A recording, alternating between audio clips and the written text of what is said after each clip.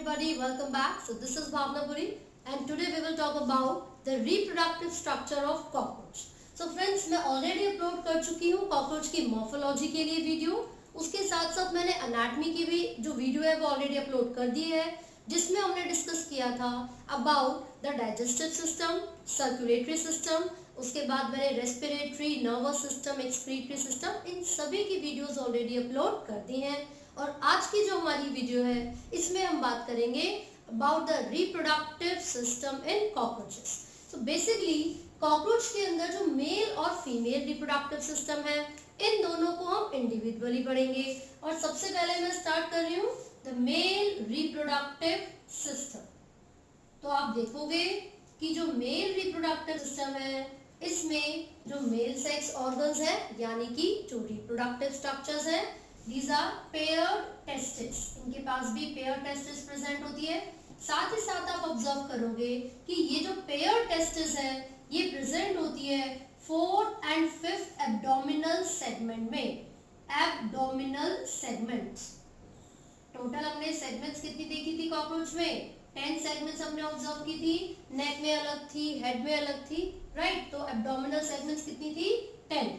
तो जब हम मेल रिप्रोडक्टिव स्ट्रक्चर की बात करते हैं so we start discussing about the paired testis. तो मैंने बोला कि मेल कॉकरोच में जो टेस्टिस प्रेजेंट होती है वो फोर्थ और फिफ्थ एब्डोमिनल सेगमेंट में प्रेजेंट होगी. And when you will observe the structure तो वो 3 ट्यूब लाइक स्ट्रक्चर से मिलके बनी होती है. सो it will be like this. ठीक है, ये 3 ऐसे ब्लॉक लाइक स्ट्रक्चर में प्रेजेंट होगी. इस तरीके से आप टेस्टिस को ऑब्जर्व कर सकते हो. So it will be in the fourth and fifth abdominal segment. And from the base of this tubular structure there will be another tube like structure which is vasa deferentia. यहाँ पर इस तरीके से एक structure देखोगे, पहले जो कि डिसेंड कर रहा है एंड देन वो असेंड करेगा. सिमिलरली हियर आल्सो इस तरीके से स्ट्रक्चर होगा जो पहले डिसेंड करता है फिर असेंड करेगा. And this structure is called vasa deferentia. ठीक है, तो यहाँ पर सबसे पहली चीज हमने नोट कर ली है. हम यहाँ पर लेबलिंग कर देते हैं testis and this is vasa deferentia. ठीक है, साथ ही साथ आप देखोगे कि यहाँ पर जहां पर ये दोनों के दोनों जो ट्यूब लाइक स्ट्रक्चर्स है एक दूसरे के साथ आकर जुड़ते हैं, from here arise an elongated tubular structure which is the ejaculatory duct. ejaculatory duct, right. यहाँ पर इनके टॉप पर एक ग्लैंड प्रेजेंट होगा जो कि कहलाता है mushroom gland. So at the top where both the vasa deferentia meet together, यहाँ पर एक ग्लैंड प्रेजेंट होता है जिसको मशरूम ग्लैंड कहा जाता है. And this mushroom gland is made up of 3 tube-like structures. These are the elongated tubular structures. And then at the center you will observe some smaller tube-like structure. ठीक है, तो दो चीजें हमने यहाँ पर देखी हैं. एक तो ये elongated tube-like structures हैं which are called the long tubules. Centre में आप देखोगे छोटी छोटी सी tube-like structures होती हैं which are the smaller tubules.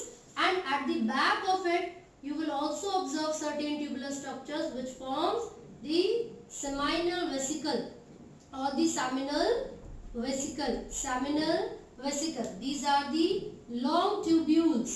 Long tubules. And at the center region these are the smaller tubules. Smaller tubules. और मैंने अभी आपको बताया that these 3 tubules all together form a gland which is called mushroom gland. तो seminal vesicle, long tubule and smaller tubule ये तीनों ही मिलकर एक ग्लैंड की फॉर्मेशन करते हैं जिसको हम मशरूम ग्लैंड कहते हैं. Mushroom gland. ठीक है, तो होगा क्या, टेस्टिस जो कि फोर्थ फिफ्थ सेगमेंट में प्रेजेंट है and it is also surrounded by a large amount of fat. इसके चारों तरफ बहुत ज्यादा फैट प्रेजेंट होता है. तो एक कुशन लाइक स्ट्रक्चर की फॉर्मेशन हो जाती है टेस्टिस के सराउंडिंग में. और टेस्टिस का मेन फंक्शन क्या होता है? It is the region where the formation of sperms occur. तो टेस्टिस क्या है? मैंने बोला कि मेल सेक्स ऑर्गन है यानी कि गोनाड्स हैं. तो इनके अंदर क्या होगा? स्पर्म की फॉर्मेशन का प्रोसेस इन्हीं के अंदर चलेगा. And from there the sperms is are transported from the testis to the vasa deferentia. फिर यहाँ से ये पेरिफेरल ट्यूब्यूल है which are the long tubule, central tubule को स्मॉलर ट्यूब्यूल कहता है, और इसके पीछे की तरफ आपको थर्ड पार्ट दिखेगा इस ग्लैंड का which is the seminal vesicle, और तीनों कलेक्टिवली मशरूम ग्लैंड कहलाएंगे। तो यहाँ पर जो वेसलफेरेंशिया था ये सिर्फ और सिर्फ ट्रांसपोर्ट कर रहा था किसको, स्पर्म्स को, from testis to the mushroom gland, और जब मशरूम ग्लैंड तक यानी कि सेमिनल वेसिकल्स तक इन स्पर्म्स की ट्रांसपोर्टेशन होती है, सो सेमिनल वेसिकल का जो मेन फंक्शन यहाँ पर है वो ये है कि वो स्पर्म्स को स्टोर करके रखते हैं फॉर अ सर्टेन टाइम, कुछ स्पेसिफिक समय के लिए, कुछ सर्टेन टाइम के लिए स्पर्म्स को स्टोर करने का काम जो होता है वो किसका होता है, सेमिनल वेसिकल का।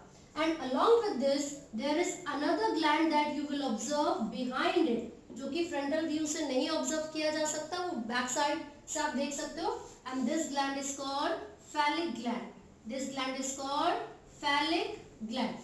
This gland also produces certain secretions जो कि ejaculatory duct के सराउंडिंग में बिल्कुल बराबर से निकलने वाली जो डक्ट होगी जिसको phallic duct कहा जाता है, वहां तक क्या होगा, सिक्रीशन phallic gland से phallic duct तक जाएगी, phallic duct. And there is an opening which is called male gonophore. This opening is called male gonophore, and this male gonophore is present near the anus. Anus क्या है, जो posterior portion होगा from where the जो भी waste होता है या फिर जो भी excretory products है वो release out होते हैं। तो आपने ये देखा टेस्टिस के अंदर जहाँ स्पर्म्स की फॉर्मेशन हो रही थी, वहां से ये स्पर्म्स ट्रांसपोर्ट कर दिए जाते हैं to the mushroom gland. Mushroom gland में 3 पार्ट्स आपने देखे थे, जिसमें से सेमिनल वेसिकल भी अपनी सिक्रीशन देगा, लॉन्गर ट्यूब्यूल्स भी एंड स्मॉलर ट्यूब्यूल भी। तो पता है क्या होगा, let's say these are the sperms, these sperms which are released from the testis, testis ने इन स्पर्म्स को रिलीज किया, these are transported to the mushroom gland. Mushroom gland में जाकर जो ये स्मॉलर और लॉन्गर ट्यूब्यूल है ये अपनी सिक्रीशन देना स्टार्ट करती है। जो लॉन्गर ट्यूब्यूल है उसने मान लीजिए एक इस तरीके से लेयर प्रोड्यूस की, and then another layer will be produced by the smaller tubule, right? These are very soft layers.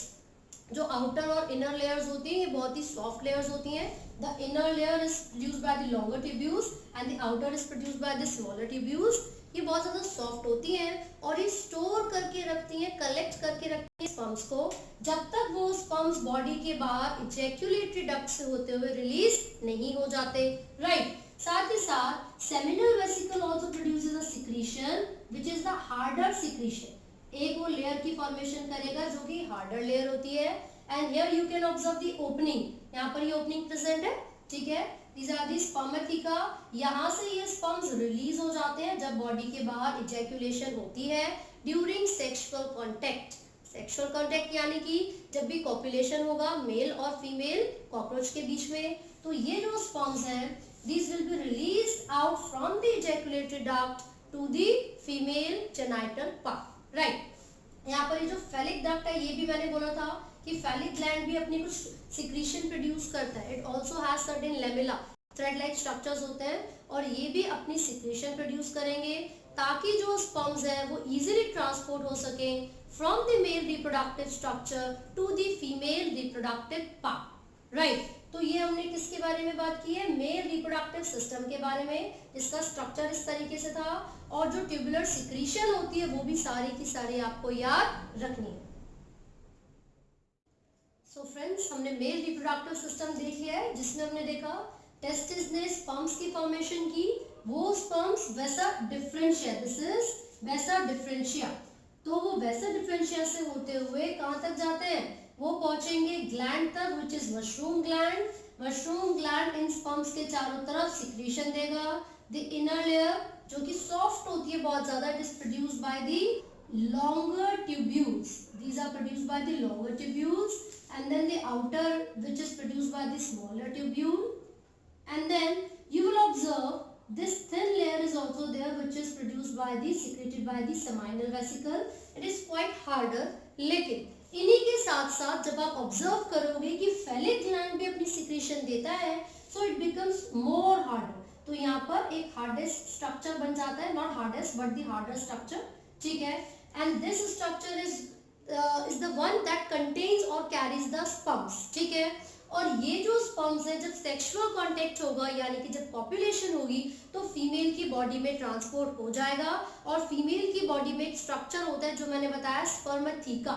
Spermatheca वो फीमेल रिप्रोडक्टिव सिस्टम में अभी डिस्कस करेंगे and these sperms are stored in the spermatheca and after some time the fertilization will occur। ठीक है।